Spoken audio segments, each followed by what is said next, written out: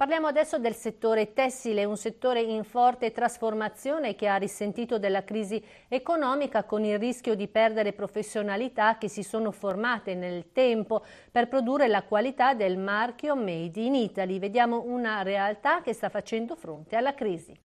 Sono passati 30 anni, l'esperienza è cresciuta e si è tradotta nella ricerca di un'innovazione che mantenga la qualità del Made in Italy. È un'impresa di famiglia che regge alla crisi in atto, quella dell'Atelier Mancon, dove dai filati scelti vengono prodotti i tessuti per confezionare abiti di alta qualità. Un'impresa familiare basata sulle capacità artigianali, cosa deve fare per continuare a esistere? Allora, tanta passione. Credere in ciò che si fa, tanto coraggio, perché si deve affrontare la sfida ogni giorno.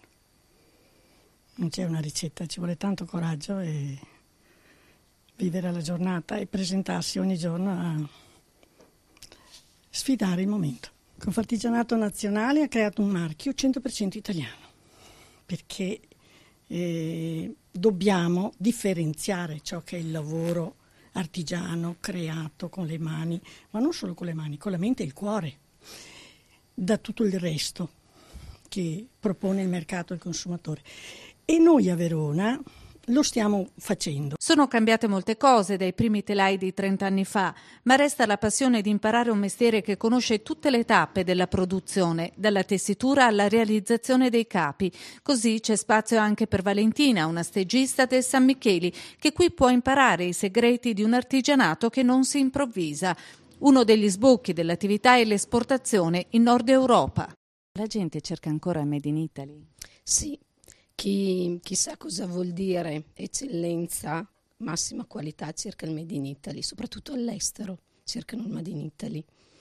30 anni di esperienza sul campo vuol dire proprio saper seguire tutte le fasi produttive. Ma certo, partire dal filo, prendere in mano il filo e capire con questo che cosa posso fare, che cosa mi viene bene, quale tessuto io posso realizzare e con questo tessuto che abito, che capo posso fare. Con questa crisi c'è il rischio di perdere abilità che si sono create con il tempo. E non bisogna mai perderle, anche se qualche volta abbiamo delle delusioni, ma dopo bisogna riprendersi e partire sempre che l'eccellenza è il massimo che ti fa anche superare certi momenti.